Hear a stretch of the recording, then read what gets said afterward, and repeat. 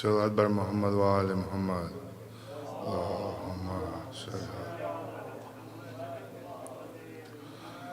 إن الله وملائكته يصلون على النبي يا أيها الذين آمنوا صلوا عليه وسلموا تسليما. الله. بسم الله الرحمن الرحيم. عن جابر بن عبد الله الأنصاري أنه قالت عن فاطمة الزهراء عليه السلام بنت رسول الله صلى الله عليه وآله قال: سمعت فاطمة أنها قالت: دخل علي أبي رسول الله في بعض الأيام فقال: السلام عليك يا فاطمة. فقلت: عليك السلام. قال: إني أجد في بدني زوفا. فقلت له: اذك بالله يا أبتاه من الذوف. فقال: يا فاطمة ائتيني بالكساء اليماني فغديني به. فأتيت بالكساء اليماني فغديته به وسرت أنظر إليه وإذا وجهه يتلألأ كأنه بدر في ليلة إتمامه وكماله. اللهم صل على محمد وآل محمد. فما كانت إلا ساعة وإذا بلاد الحسن قد أقبل وقال: السلام عليك يا أمه. فقلت: عليك السلام يا خرض عيني وثمرة فؤادي. فقال: يا أمه إني أشم أنك راهية طيبة كأنها راية جد رسول الله. فقلت: نعم إن جدك تحت الكساء.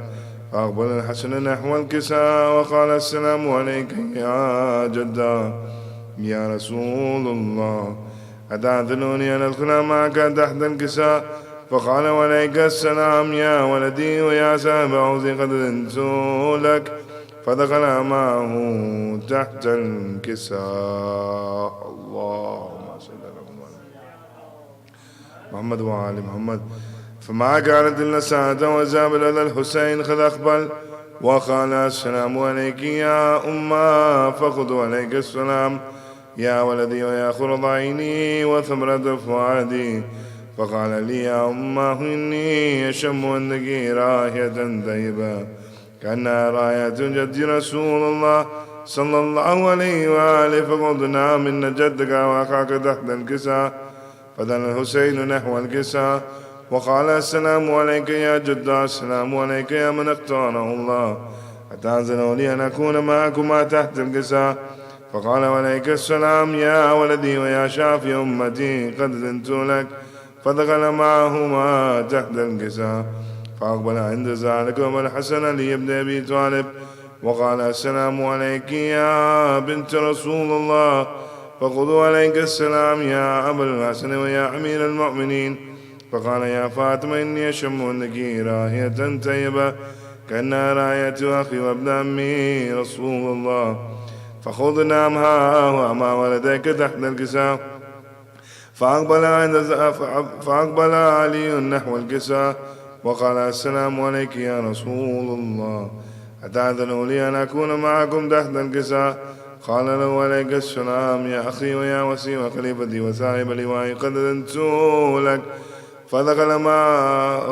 فدخل علي تحت الكساء ثم تحت نحو الكساء وقلت: السلام عليك يا أبتاه يا رسول الله. أتعذر لي أن أكون معكم تحت الكساء؟ قال: وعليك السلام يا بنتي ويا بستي قد أذنت لك.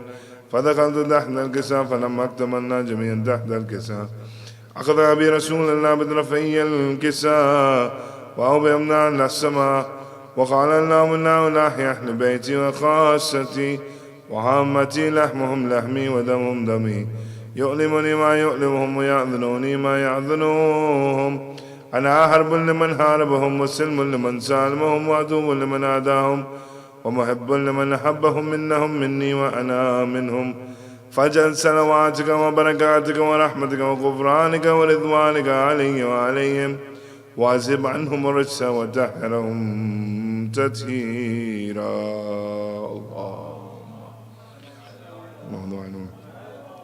فقال الله عز وجل: يا ملائكتي ويا سكان السماوات إني ما خلقت سماء مبديا ولا أرضا مضيا ولا خمرا منيرا ولا شمسا مضيا ولا فلك يدور ولا بحر يجري ولا فلك يسري إلا في معبد هؤلاء الخمسة الذين هم تحت الكساء. فقال الأمين جبريل: يا رب من تحت الكساء؟ فقال عز وجل: هم أهل بيت النبوة، وبعد الرسالة هم فاطمة وأبوها وبعلها وبنوها. اللهم صل محمد وآل محمد. فقال جبريل: يا رب أتأذن لي أن أحبط إلى الأرض ليكون معهم سادسا؟ فقال الله: نعم قد أذنت لك. فهبط الأمين جبريل وقال: السلام عليك يا رسول الله. العلي لا يقرئك السلام ويقصك بالتأييد والإكرام ويقول لك: وعزتي وجلالي إني ما خلقت سماء مبنية ولا أرضا مدهيا ولا قمرا منيرا ولا شمس مضيا ولا فلك يدور ولا بحر يجري ولا فلك يسير إلا لأجلكم ومحبتكم، وقد أذنكم معكم فهل تأذنوا لي يا رسول الله؟ فقال رسول الله عليك السلام: يا أمير وحي الله إنه نعم قد أذنت لك. فدخل جبريل معنا تحت النساء فقال لي بأن الله قد أوحى إليكم يقول: إنما يريد الله ليذهب عنكم الرجس أهل البيت ويطهركم تطهيرا. اللهم صل. فقال علي: يا رسول الله أخبرني ما جلوس هذا تحت الكساء من الفضل إن الله. فقال النبي: والذي بعثني بالحق نبيا واستفاني بالرسالة النجية ما ذكرنا هذا في محفل من محافل أهل الأرض وفي جمع من شيد ومبين إلا ونزلت عليهم الرحمة وحفت بهم الملائكة واستغفر الله يتفرقوا. فقال علي: نزل الله فزنا وفاز شيدنا ورب الكعبة. فقال النبي الثاني: يا علي والذي بعثني بالحق نبيا واستفاني بالرسالة النجية ما ذكرنا هذا في محفل من محافل أهل الأرض وفيهم جمع من شيد ومحبين وفيهم محبوب من الله وفرج الله عما ولا مخبوب من الله كشف الله غمه ولا تعلم حاجة إلا وقضى الله حاجته. فقال علي: نزل الله فزنا وسودنا وكذا ذلك شهدنا فاز وسود في الدنيا والآخرة ورب الكعبة. اللهم صل على محمد وآل محمد.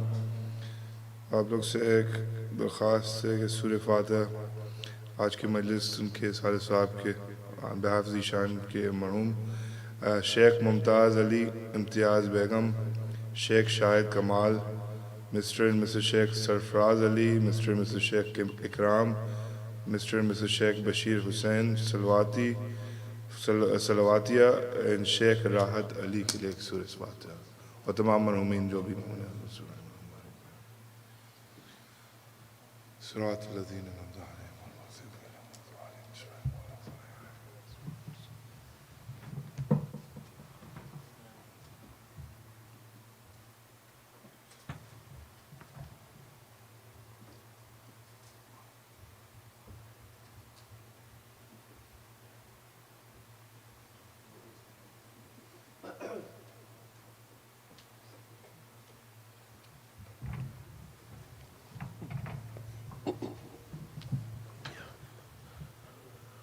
ولا محمد وآل محمد صلوات.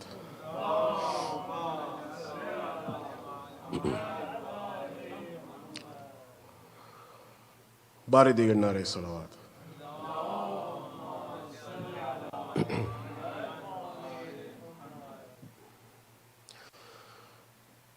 تڑپتی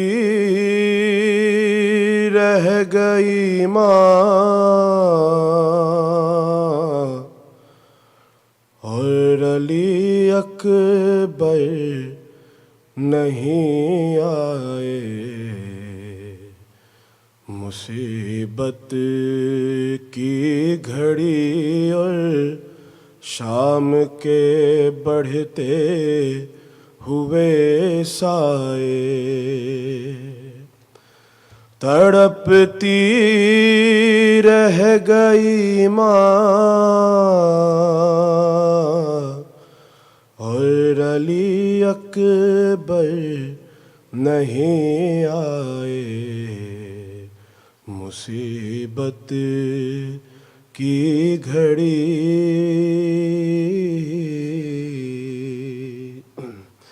ओ गुजर जाना ही लिखा है जवानी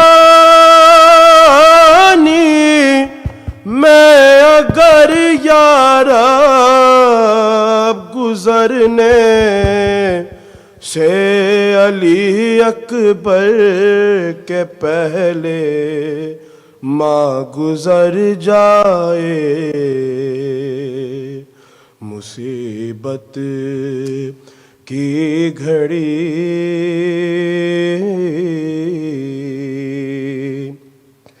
वही अंदाजा कर सकता है दर्द क़ल्ब लैला का नजर के सामने जिसके जवां बेटा से ना खाए मुसीबत की घड़ी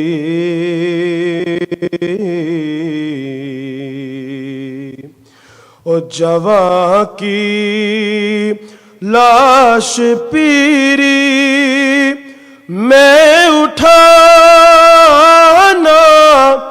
एक कयामत है ये दिन अल्लाह दुनिया में किसी को भी न दिखलाए मुसीबत की घड़ी और शाम के बढ़ते हुए साए ओ संभल कर खींचिएगा क़ल्ब अकबर से सिना मौला उलझ कर नौ के नेज़ा में जिगर बाहर ना जाए मुसीबत की घड़ी और शाम के बढ़ते हुए साए ओ ज़मीं थर्रा गई अकबर का लाशा रख के रेती पर हुसैन इब्ने अली जब शुक्र का सजदा बजा लाए मुसीबत की घड़ी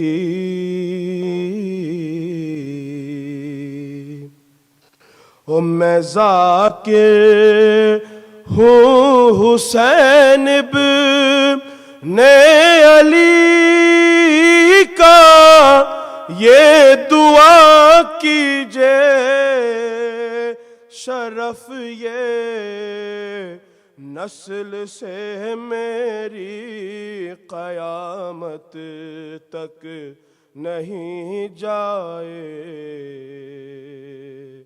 मुसीबत की घड़ी और शाम के बढ़ते हुए साए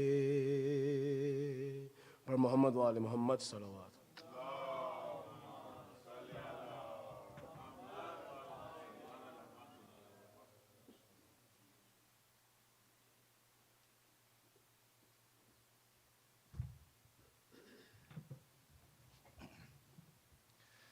सलावत पढ़ लीजिएगा सल्लल्लाहु अलैहि मुहम्मद व आले मुहम्मद बारे दीगर सलावत अल्लाहुम्मा सल्लि अला मुहम्मद व आले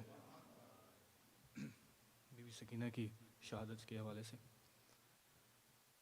माँ कहती थी जाग मेरी जान सकीना कहती थी उठ जाग, मेरी जान सकीना उठ घर को चले, खुल गया जिंदान सकीना। माँ कहती थी उठ जाग, मेरी जान सकीना। बूंदे जो तेरे शिम्र ने छीने वो दिला दूं, एक नन्ही सी चादर मैं तेरे सर पे उड़ा दूं, घर जाने का अब हो गया सामान सकीना। माँ कहती थी उठ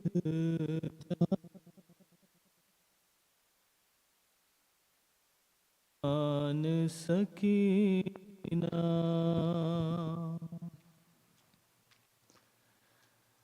एक बार मेरे सीने से लग जा जरा उठ कर, कहती थी ये माँ कब्र लिपट कर,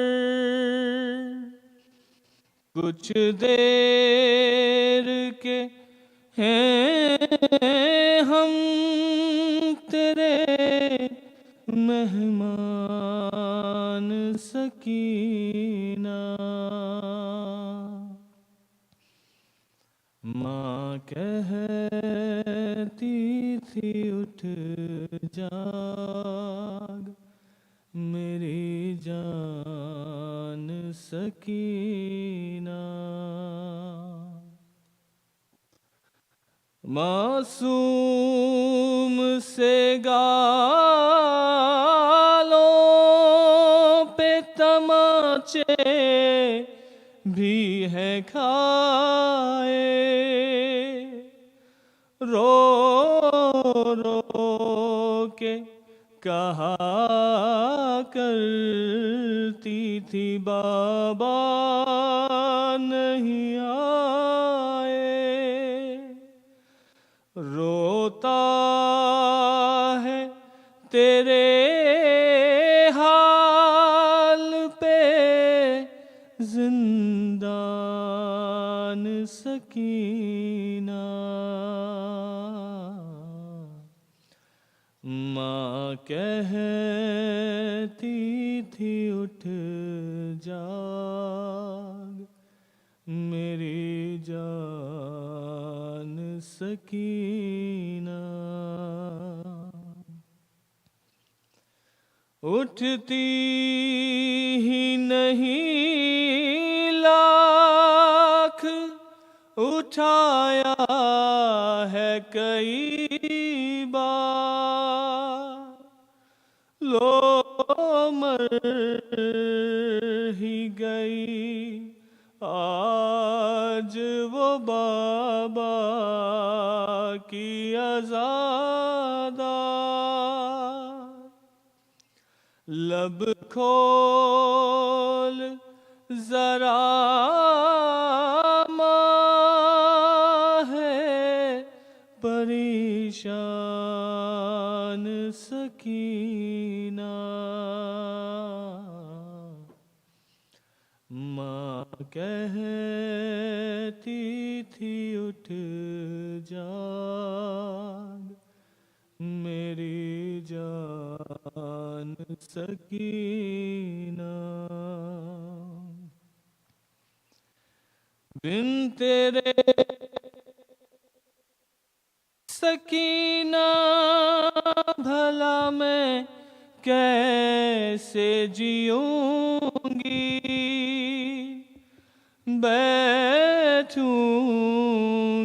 सदा धूप में पानी ना पीऊंगी।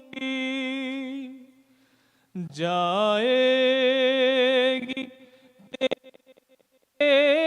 गम में मेरी जान Sakina.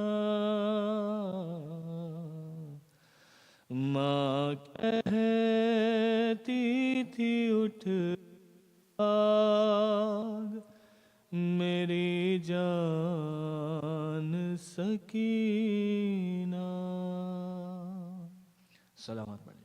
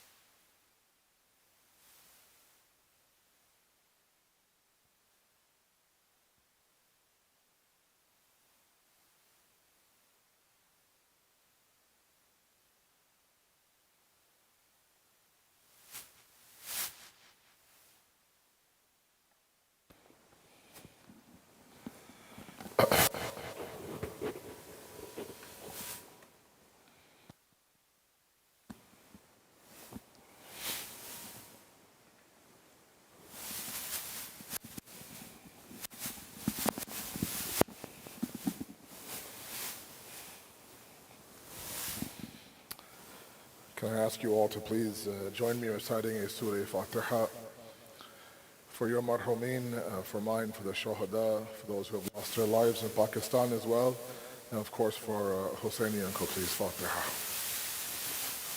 Bismillah ar-Rahman ar-Rahim, Maliki yawm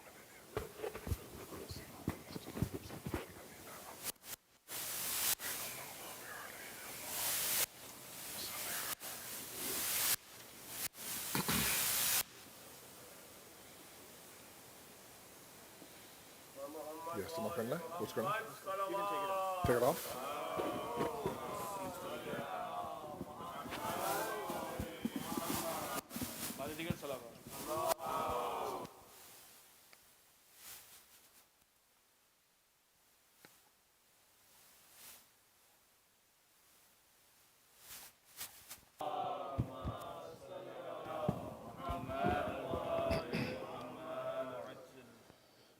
أعوذ بالله من الشيطان الرجيم بسم الله الرحمن الرحيم الحمد لله الذي لا يبلغ مدحته القائلون ولا يحصي نعماءه العادون ولا يؤدي حقه المجتهدون الذي لا يدركه بعد الحمم ولا يناله غوص الفطن ثم الصلاة والسلام على أشرف الأنبياء والمرسلين حبيب قلوبنا وطبيب نفوسنا وشفيع ذنوبنا سيدنا ومولانا أبي القاسم محمد.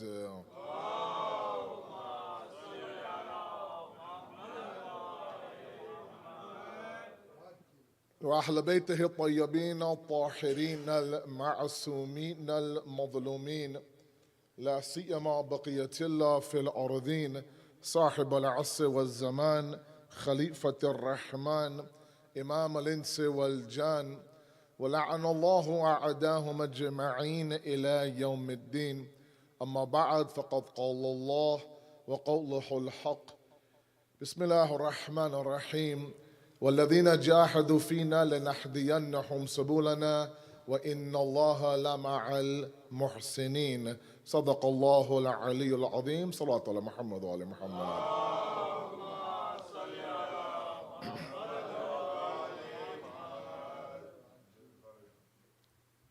The one thing that makes the Deen of Islam unique,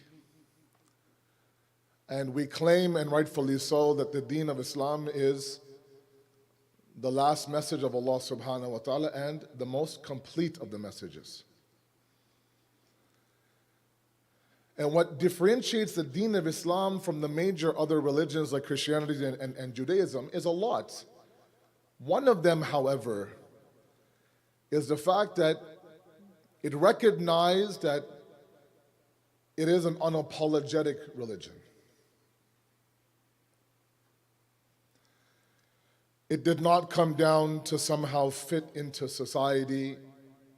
It didn't come to alter its words. It didn't come to apologize for its rulings.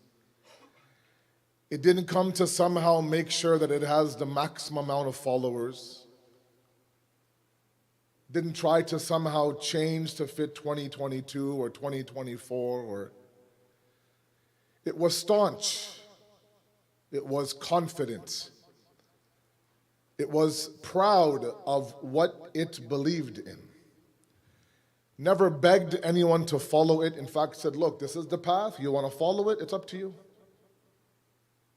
And the Imams and the Prophets of that deen were no different.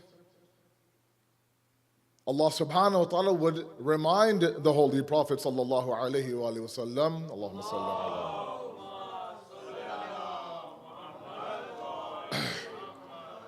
that you are nothing but a warner, you're a guide. Guide them. If they say yes, if they say no, it's up to them. Inna hadaynahu sabil. We've shown you the path. It's up to you now to follow it or not follow it. We're not going to beg anyone to come and become our followers. Okay? We're not going to go and change our Quran to make sure that the majority of the Muslims who may find it difficult now to come and join us. No. Because it realized that Islam did not come down to society. Islam stayed up here and asked society to come up to it. And in the process, it always presented a major goal for its followers. And just when we think that we've reached the maximum level of our spirituality, our ruhaniyat, our irfan, our tawheed, it changes the goalposts on us. And says, now that you've reached this level, now let's go up to this level. And when you have a forever goal, then you're forever now trying to reach that goal. Which means that it always asked its followers to never be complacent, always be moving towards something. Other religions didn't do that, I'm sorry. As much as we respect the Abrahamic religions, the reality is that we don't have different versions of the Quran. We don't. We don't have an old and a new and a medium and a high and a low and a spicy and not. We don't have any of that stuff. We don't. The bazaars of Riyadh, the bazaars of Tehran, the bazaars of Karachi, New York City all have the exact same Quran. But other religions trying to somehow beg, please come and follow us, please come and, okay, fine, we'll change this meaning of this verse, alter that meaning, take this verse out, replace it with that, become very liberal. The Deen said, I'm not here now to cater to your needs, you're here to cater to my needs. Which means that a believer in Islam is not complacent, guys. It's never comfortable where it is. Yes, you stop and you realize that you've reached a certain level and you are grateful for that, no doubt. But there has to be a constant growth towards that. I say that because my audience tonight are not my elders. I love all of you, but you can teach me a few things. We used to talk about today's youth, tomorrow's kids, and now we talk about our kids. As much as we think that we are still children and we're still in our 20s and we can still run some basketball and drive to Maryland and not get tired, and the reality is that we're raising those kind of kids now. You guys are fathers to teenagers, some of you.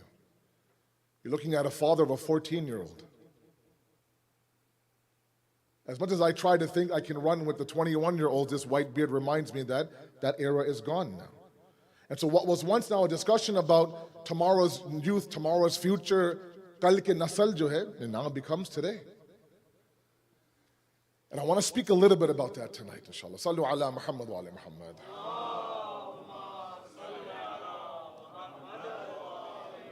Because when you're unapologetic, you're firm. You're firm in your belief. When you're firm in your belief, it takes a lot to move you from your path. When Imam Ali alayhi salatu wasalam, Allahumma salli ala,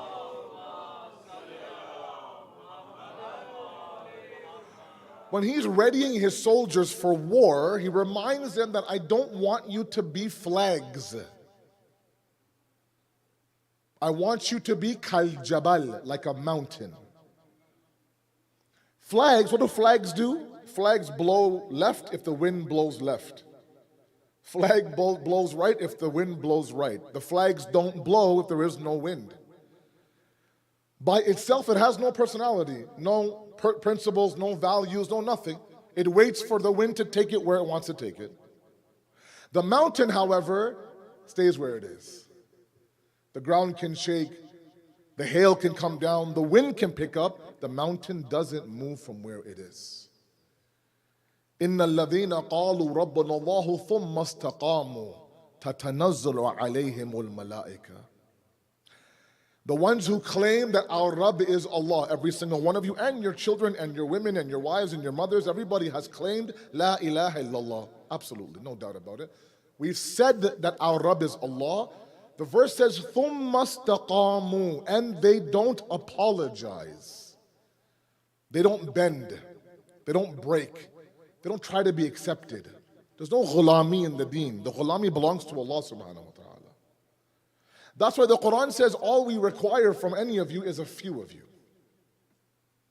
أَكْثَرَهُمْ لَا يَعْلَمُونَ أَكْثَرَهُمْ لَا يَشْكُرُونَ أَكْثَرَهُمْ لَا يَفْعَلُونَ أَكْثَرَهُمْ لَا يَفْكَرُونَ.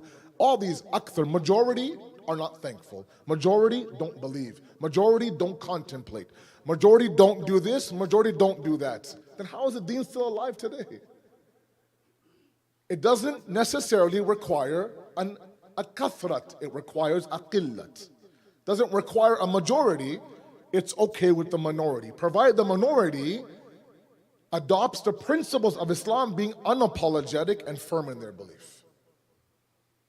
Your job as fathers, my job as a father, in this era we live in, and don't you dare compare your era to your kids' era.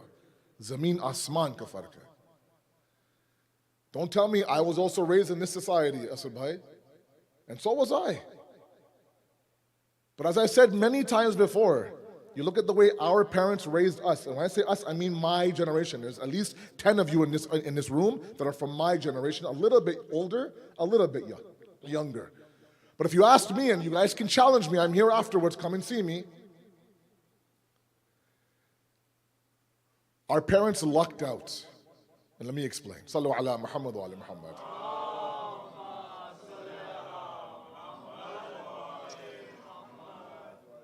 You won't like me, that's okay. It's all good, it's all love. Let's see how our parents introduced the deen to us. Okay? My guys to my left here, my guys to my right, my guys in the back, mashallah. They brought us to Majlis? Yes. Okay? I used to think that, you know what, like, on the weekends now we can take our kids because tomorrow's a school night and blah, blah, blah, and they won't get up. And how did we do it? We did it. Dragging and kicking. My father would carry me back when I'm sleeping, wake up somehow, this and that. But there wasn't a single majlis that we missed. Put us in front of an alim who spoke a language I didn't know. Please follow me. And then put me in a madrasa for 4 hours on a Sunday to learn the religion. And that's about it. And then hoped that Asad will learn the language and the religion. And somehow, some of us, we got through. And some didn't. Somehow, with this whole process now, we're able to somehow learn the deen. Because as we got older, we started to question. And so some of us are adopting the exact same miraculous tarbiyat that our parents did to our kids today. It's not going to work. Eventually, the magic runs out. And when the magic runs out, work has to be done. And that work is that you have to convince your child in a buffet table of dishes that are presenting themselves to your kids today on Instagram, on social media, at school, at work, on their phones, saying, you know what, follow me, believe in me, live me, become me, smoke me, drink me, love me, marry me, presenting one buffet after one buffet. We have to pray to God that somewhere on that table of 10 different dishes, there's Islam. And every time my kid comes to the buffet table, he's going to choose Islam as a dish. Let's hope. In the meantime, I'm going to use my miraculous magic parents' tarbiyat, and let's hope for the best. Because our parents came from an era and generation of amal. I've said it 1,000 times, up and down this ayam-e-azah. Through the US, through different homes, I'll say it here tonight. Our parents were told to do it, they did it, and they found the deen through that, and God blessed them. Do it enough times for it to make sense. There was no nature to question anything. There was no culture to sit there and have a debate with the alim. My elders, did you have a chance afterwards to sit there with Rashid Torabi and say, Aga, ek halka sa sawal hai? Did you? No. He'd summon your father. Inko tamiz sikaiye, please. How dare he ask me a question? And Rashid Torabi? But this culture we live in, and alhamdulillah, thank God for it. I've said it many times. Any chance they get, they'll sit there and question us. And I love it. There's nothing worse, please mark my words, nothing worse than not creating a culture of asking questions.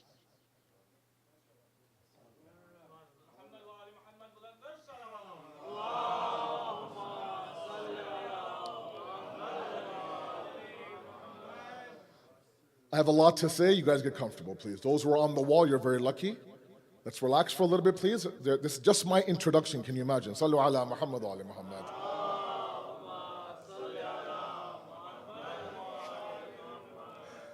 So we have to create that, and that culture exists. The moment I get down from the member, I get swarmed. Line up. From young, from old, this and that, and it's absolutely the way it should be. So there's a thirst that exists today. Inside your child, it doesn't matter if your child is 4, 14, 18, 21. If you are a father-in-law, it doesn't matter to me. There has to be a little bit more done. And where do we start? We start with God. My entire focus since John Rut up until today now, we're only a few days away from Arba'in. My entire theme, anywhere I went this Muharram, was God. God, God, God, God. Because if we want to love Imam Hussein, and God knows we want to love Imam Hussein, sometimes the way you love somebody is to love what they love.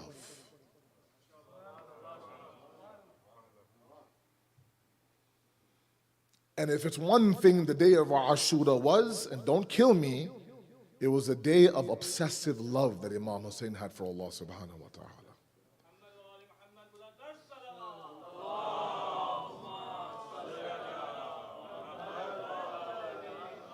No man sacrifices what he sacrificed. No woman refers to it as beautiful and jameel. Unless they see love and love and love. And you're seeing a drop of that in Karbala right now. Begging people to take one tissue from me. one small water from me, a date from me. If I have nothing to offer you, I'll massage your feet, I'll clean your shoes, I'll repair your chappals. I don't know you, don't know your name, don't know your last name, but you and I share a love. That love is for Hussein. The love that he has is for Allah subhanahu wa ta'ala. So if we want to travel through the love of Hussein, let's get to the Rabb of Hussein, inshallah. Let's understand Allah, and I want you to export that onto your children, please. As I ask you for salawat, can I please ask you please to move a little bit forward? Please, with loud salawat ala Muhammad wa ala Muhammad, please.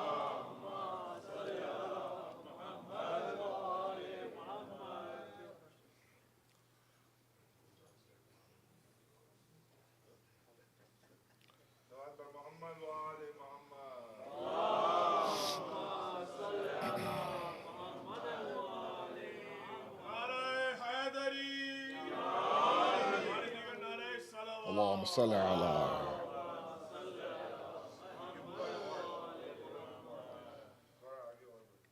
You guys are okay where you are. The middle guys need to move a little bit forward, please, inshallah. You'll hurt your neck otherwise, I'm sorry.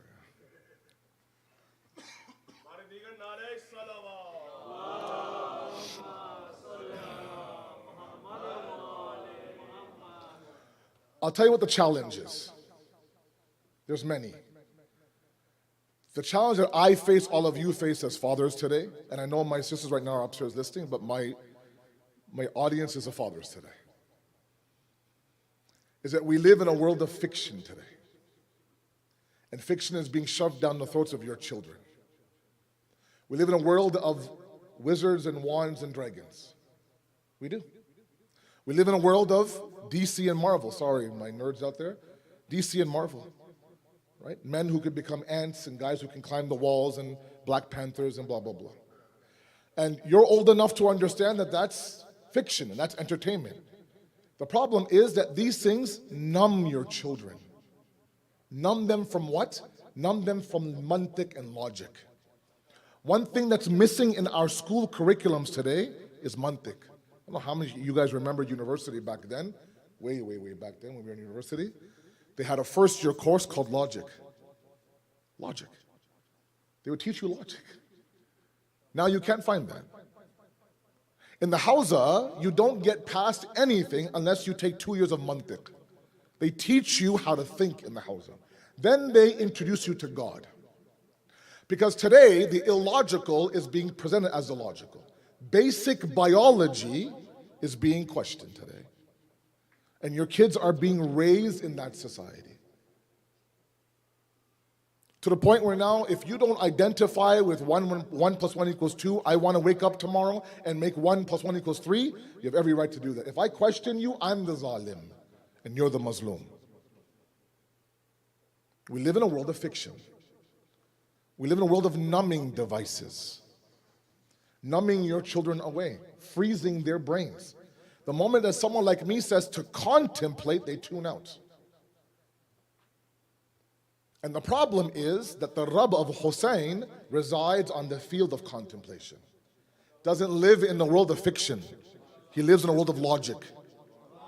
If we want to reach the Rabb of Hussein, we have to cut the wings of fiction. Remove the wands, let go of the dragons, right? Forget all these thrones that we have. And work towards the arsh of Allah subhanahu wa ta'ala. Now, the good news is this. So far it's been bad news, right? The good news is this. And stay with me, please. And ask my young guys and old guys who are my age, a little bit older. I keep talking to you guys. Because I can. I've earned that right with you guys. If you want to figure out how and what and when, a whole program, come and talk to me. I don't sell it. I'm not going to charge you. I'm not selling a product up here, I swear to God. I'm selling God. It's a 1,400-year-old product, and that's all I have.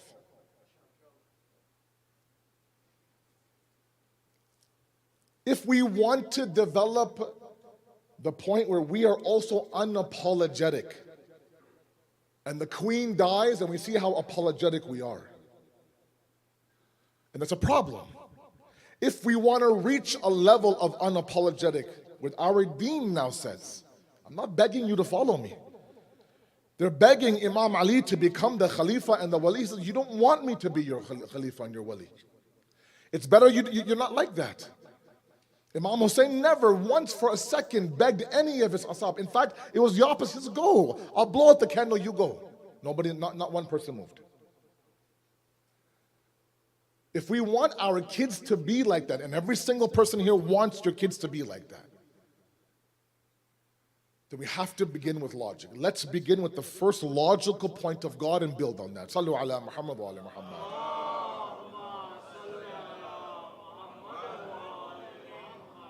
Because where our parents did us a beautiful service was, they made us love the Ahlul Bayt. That gift is immeasurable. And they did it through the fadail of the Ahlul Bayt.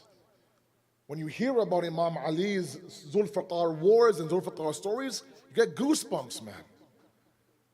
That blood becomes hot inside of you. You think you're on the battlefield of Badr. You're not. Calm down, bro. But you feel like that. And that was always by design. It was meant to be like that. Dhikr Ali is ibadat. Why is it ibadat? Because that fadilat of Ali has to become the ata'at of Ali. Understand the point, please. Please. Please. You guys are with me, inshallah? Yes? You're with me? Sallu ala Muhammad wa ala Muhammad, please.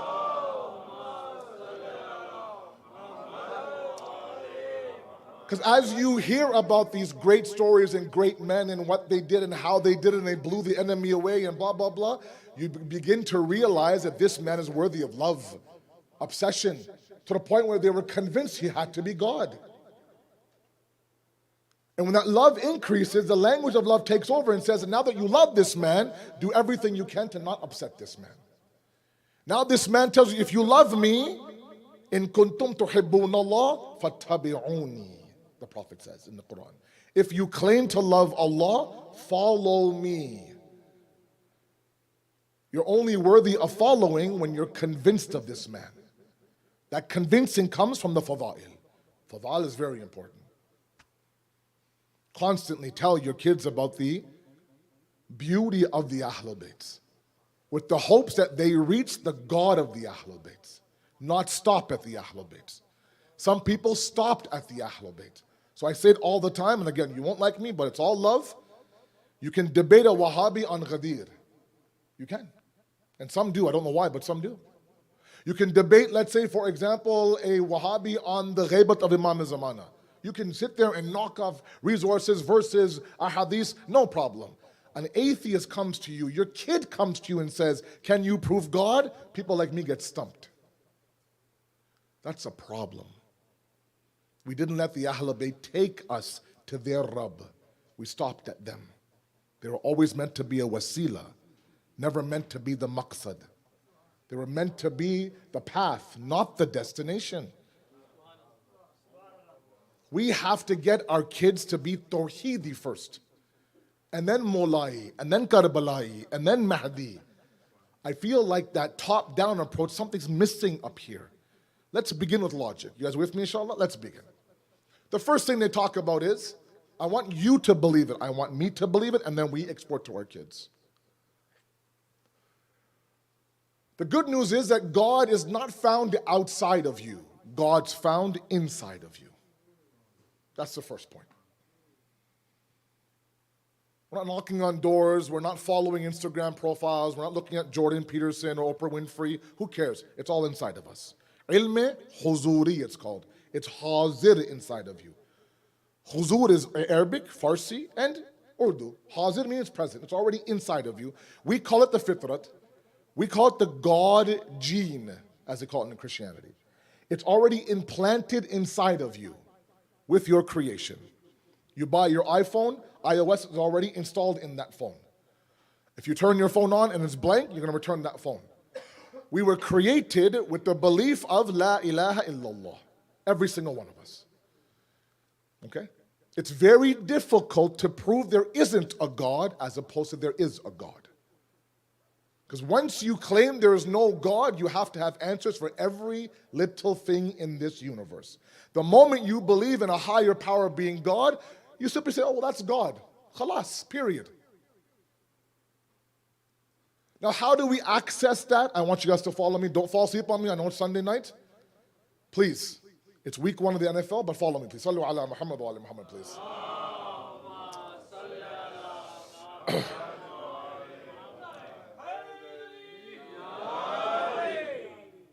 We are individuals who are innately drawn towards perfection. Okay, let's go bit by bit. A little bit of a Darcy environment, don't mind me. We are innately drawn towards perfection. We don't like imperfections. Okay?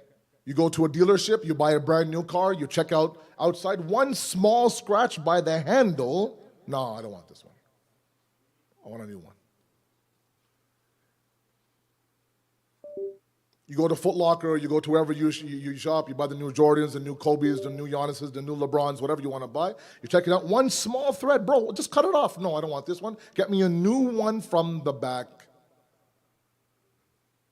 We don't like imperfections. There are some people that don't like physical imperfections. One small scar, a pimple, concealer, pop it, shave it, do whatever you can, get rid of it. It's a small imperfection. Let's go deeper. We don't like immaterial imperfections. A sin I committed. The first thing I'll do is I'll deny it. I pray to Allah, Allah, you are satarul uyub. You're the concealer of acts. What I did behind closed doors, nobody knows, I still get respect.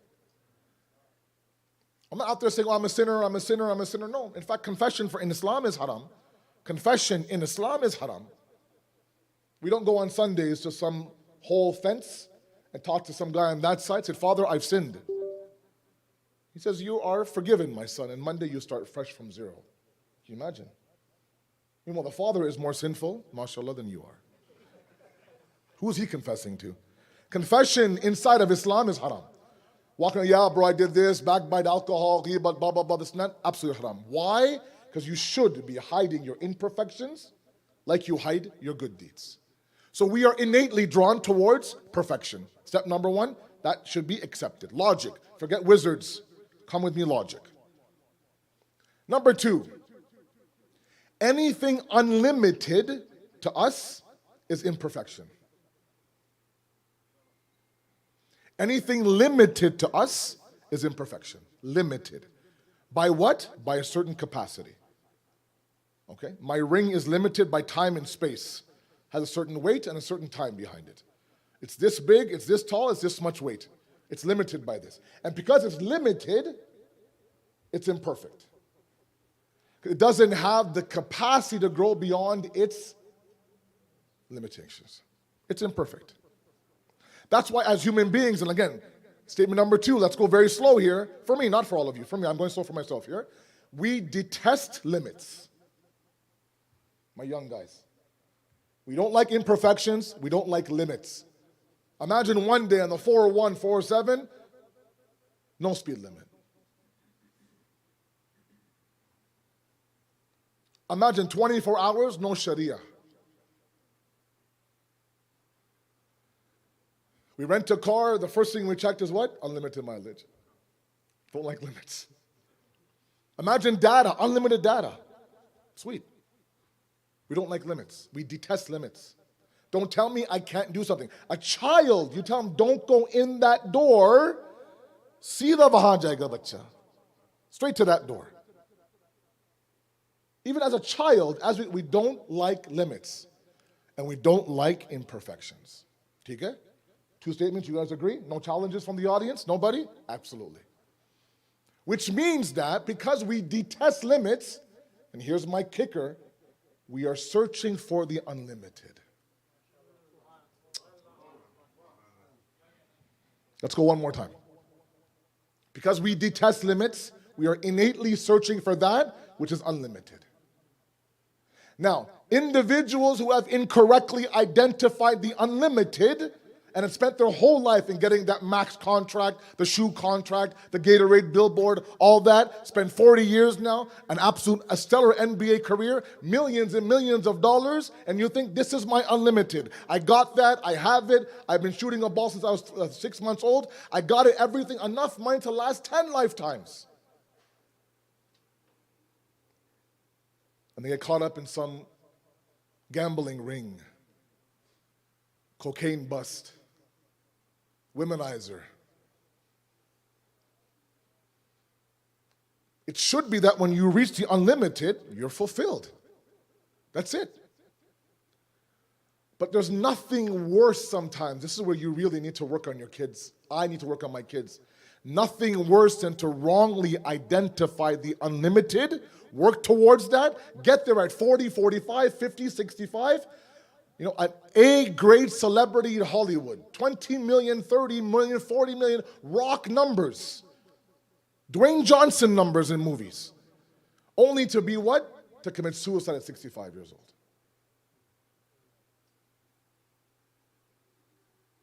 Wrongly identifying the unlimited. Thinking that these things that are limited actually are going to fulfill this need I have for the unlimited. When you correctly identify the unlimited, you could have nothing in your pocket. You are sukoon, itminan, and serenity. We all are searching for something that's unlimited.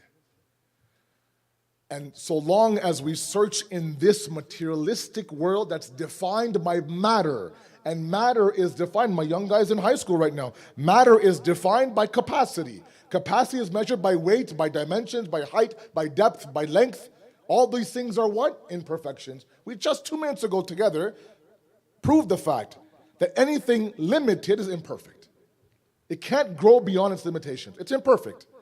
So we're looking for something in this world. This world is defined by limitations, Baba. Which means that what? My unlimited can't be found in this materialistic world. Has to be immaterial.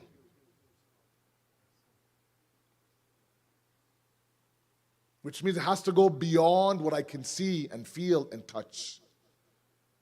That's why the very first sifat and quality of a muttaqi inside the Quran is not they pray namaz and they give zakat and they pray and they fast. الَّذِينَ يُؤْمِنُونَ بِالْغَيْبِ. They believe in the unseen. Meaning what? The first step is they identify what the proper unlimited is. It can't be seen. It's impossible. You with me? Yes? Sallu ala Muhammad wa ala Muhammad, please.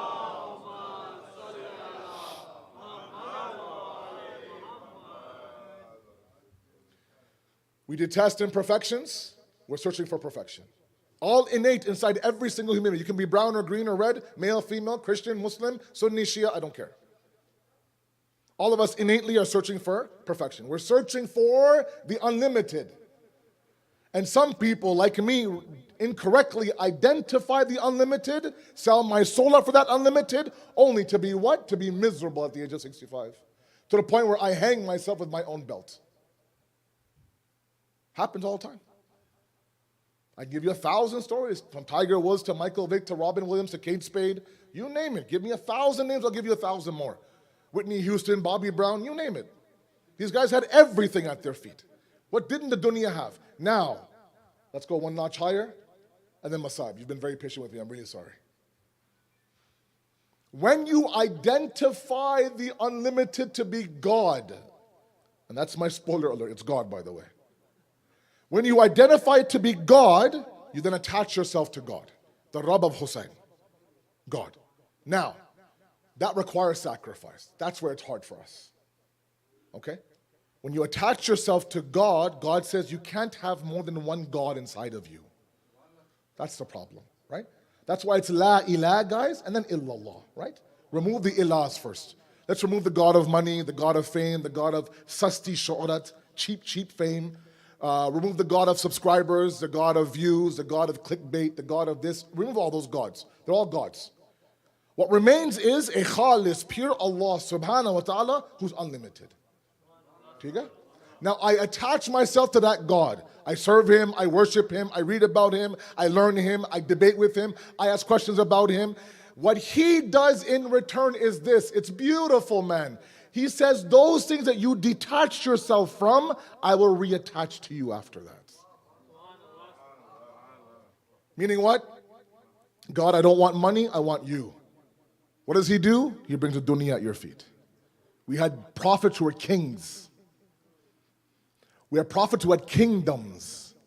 Nabi Sulaiman in the Quran says, I want a mulk, Allah, to the point la yambaghi bi ahadin ba'di. To the point where what? The kingdom is unlike anything else in this universe.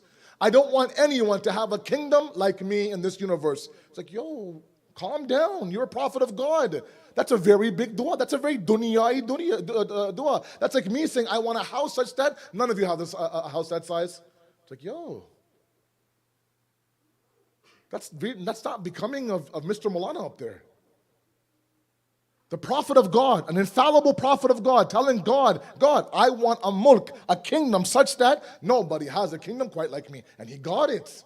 He got the kingdom, he got birds, he got the wind, he got the Takhta Bilqis, he got everything he wanted. But it seems so materialistic though. But what we don't realize is that he used that materialistic reality to bring people towards the immaterial. That's what God does. God says, I'm not going to chase you. If you want me, you come to me. But when you come to me, I'll bring the dunya at your feet. There are some people who chase money and fame and fortune. There are others that are chased by money and fame and fortune. The difference is that when you attach yourself to God, you no longer want those things. The dunya now ends up begging you, please follow me, please spend me, please do this to me, and you have no interest whatsoever.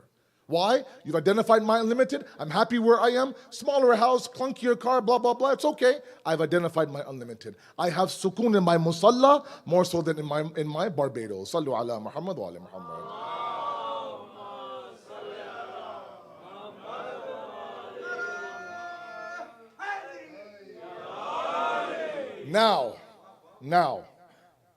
Now. This is why we go back full circle to the first statement in my Majlis and then Masad. The deen is unapologetic. I want to drill that in my head and then drill it in all of your heads. Islam is unapologetic. Does not sit there and have to convince you or me of its Sharia. Does not. Our kids are dying to know why. We can talk to them about it. That's not a prerequisite to follow the deen. Remember that. Al-Islam huwa al-taslim, al-taslim huwa al-yaqeen, Imam Ali says. Islam is submission. From submission comes certainty.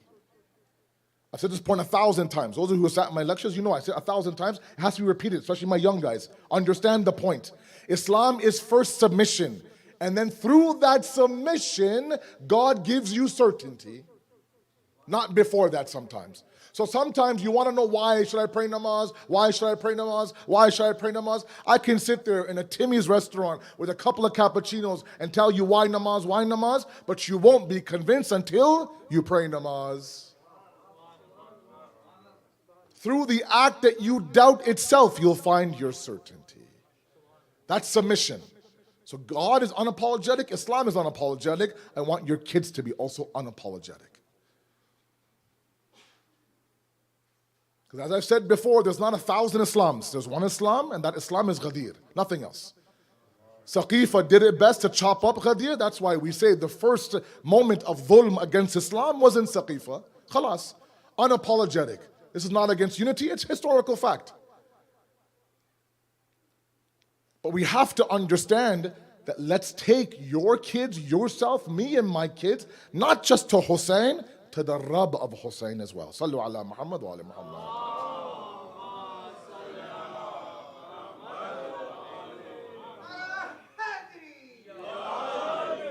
Now when you reach that level, no sacrifice is too big. No sacrifice is too big. Running your own business, you have a customer, you know if you just lie and cheat and steal, you can make thousands and thousands of dollars, but you remember Allah, so you walk away. You can sit there and fool the masses, you won't fool God. So you sacrifice the extra zero on your contract, the extra zero in your salary, knowing full well the one that I'm sacrificing the zero for will come and bring me 10 more zeros after that. That's how much yaqeen I have. And my elders have lived that life. No sacrifice becomes too big for my unlimited. Doesn't matter if you are a 57-year-old father or a 4-year-old daughter. Do we understand the point? that Bibi Sakina knew exactly what was going to happen on the day of Ashura.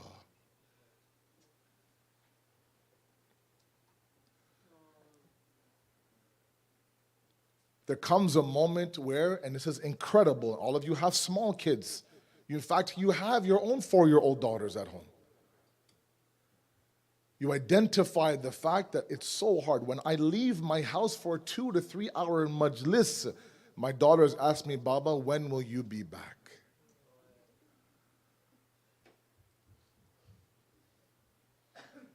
If I'm going away for a trip, when is your flight home, Baba? When they hear the sound of the keys in the lock, they drop everything. Their devices they drop. They come running and they jump into my arms. There comes a moment on the day of Ashura, Asr Ashur, Imam Hussein says, Sakina, I have to go give my life. And then she stops talking to her father and turns towards his Zuljanah and says, hey, Zuljanah of my Baba, my father is very, very thirsty. My father is very, very tired. From morning till now, he's created one shaheed, and after one shaheed, after one shaheed. If it's possible, just take him to Furat for a drop of water. If it's possible to find an area of shade in this desert sun, then find that shade for him. That's why when that Zuljanah came back after Asri Ashur and they saw the Zuljanah came, but there was no sahib of that Zuljanah, all the women fell at the feet of the Zuljanah. It was a 4-year-old Sakina, knew exactly what happened, wrapped her arms around the Zuljanah and said, hey Zuljanah of my Baba, a heartbreaking question. Just answer me one question. When they killed my father, did they give him a drop of water or not?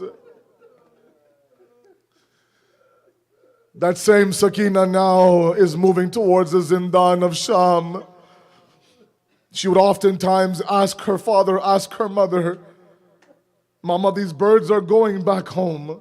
These birds are traveling back to their watan. When can we go back to Medina? I just want to go back to Medina. I oftentimes ask all of you as fathers, when your small children, especially your daughters, are scared to be somewhere, don't want to be somewhere, all they say is, Baba, I just want to go home, Baba. I just want to go home, Baba. At that moment, nothing is more important. Let's take our kids back home. They're scared. They're alone. They're in some gharib land. Can you imagine Hussein's heart, Rabab's heart? Mama, when can we go back to Medina? And that's why when Yazid gave Imam Sajjad his freedom, Imam Sajjad now gets the qafala ready, the women are ready, the children are ready. But Zainab says, has anyone seen Rabab? Rabab is missing. I don't know where Rabab is. Rabab is sitting there at the grave of Sakina. Hey Sakina, you would ask me, Mama, when can we go back to Medina? We're going back to Medina now.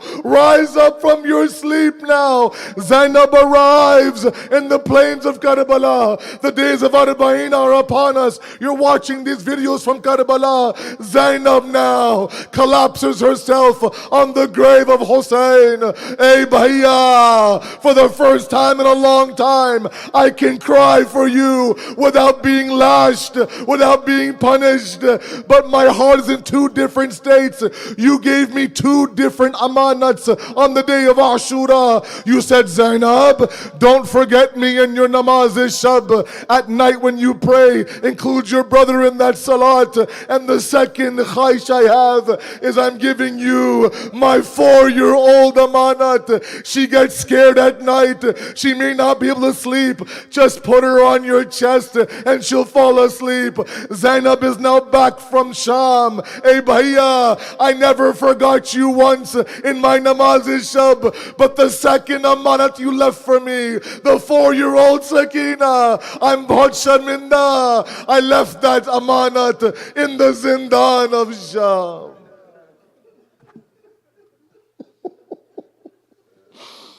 Matam Hussein, Ya Hussein, Ya Hussein, Ya Hussein.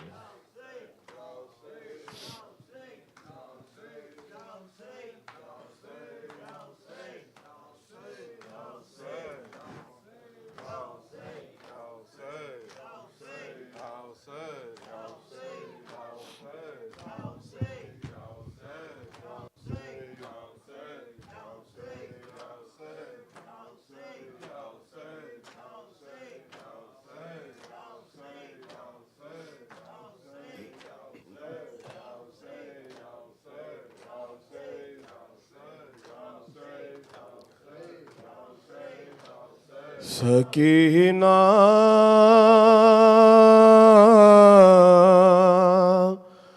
हम नहीं होंगे ये कहते थे शहे मुज़तर। सकीना हम नहीं होंगे ये कहते थे शहे मुज़तर। सकीना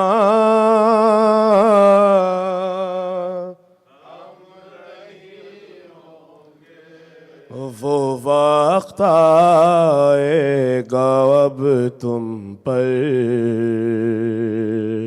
सकीना हम नहीं होंगे ये कहते थे शहे मुज़तर। सकीना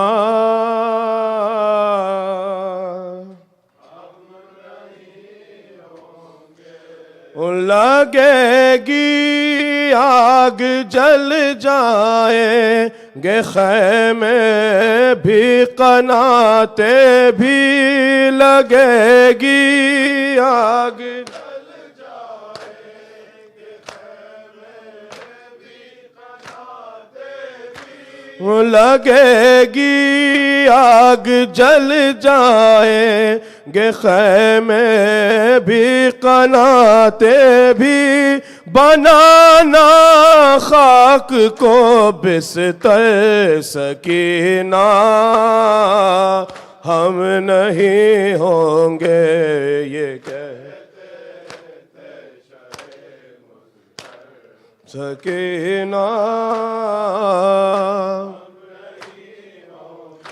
ओ मेरे सीने पे सोने के बजाए देखो सो जाना।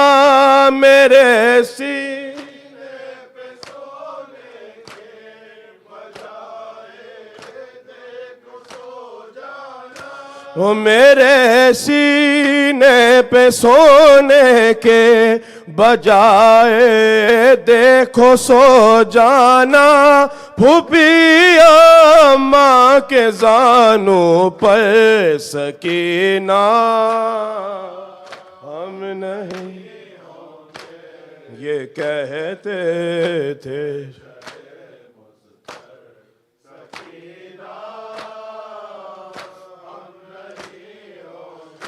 ओ लहू कानों से बरसेगा तमाचे रुख पे बरसेंगे।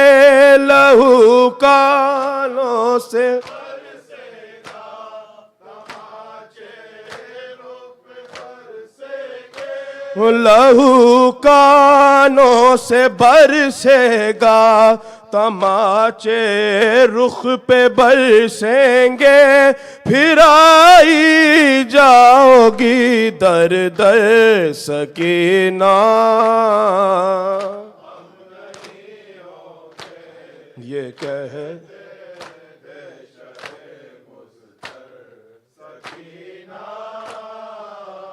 हम नहीं होंगे। वो तुम्हारी माँ फूफी बहनों के सर से आह छीनेगा। तुम्हारी माँ फूफी बहनों के सर से आह छीनेगा।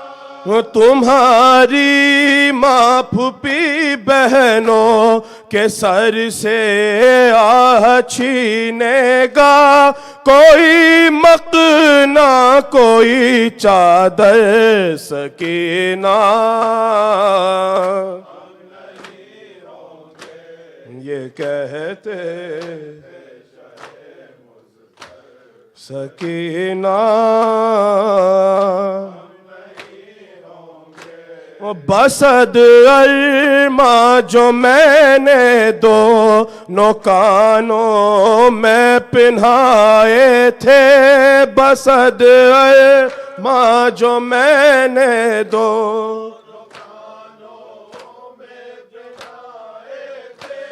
बसद अरमा जो मैंने दोनों कानों में पिन्हाए थे छिनेंगे आ जब गौहर सकीना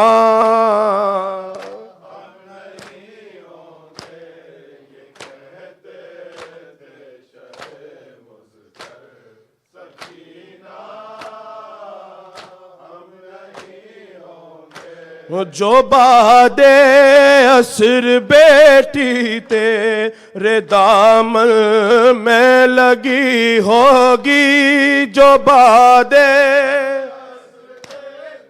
तेरे दामन में लगी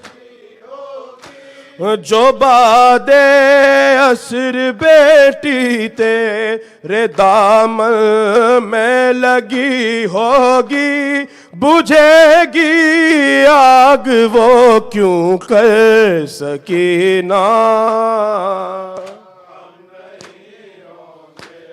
ये कहते थे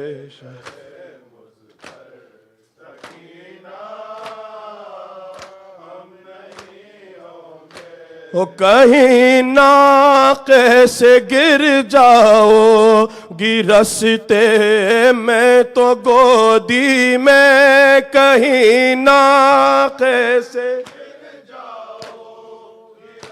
ते मैं तो कहीं ना कैसे गिर जाओ गिरसते मैं तो गोदी में उठा लेंगी मेरी मादर सकीना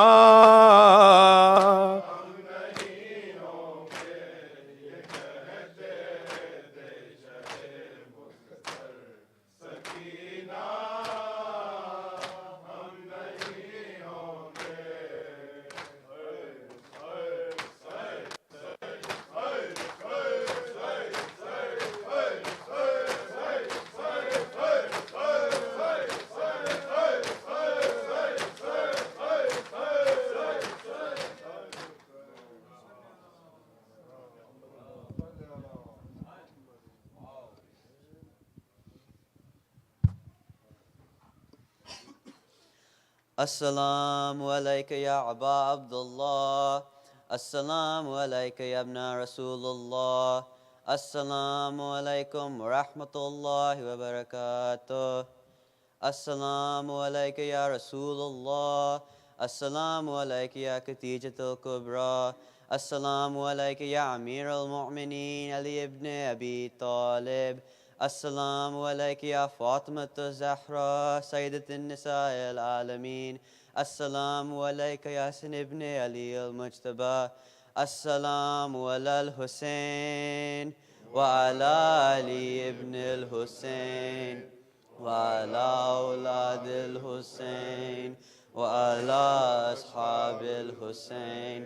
خصوصا سيدي ومولاي أبو الفضل العباس يا ابن أمير المؤمنين. السلام عليكم ورحمة الله وبركاته.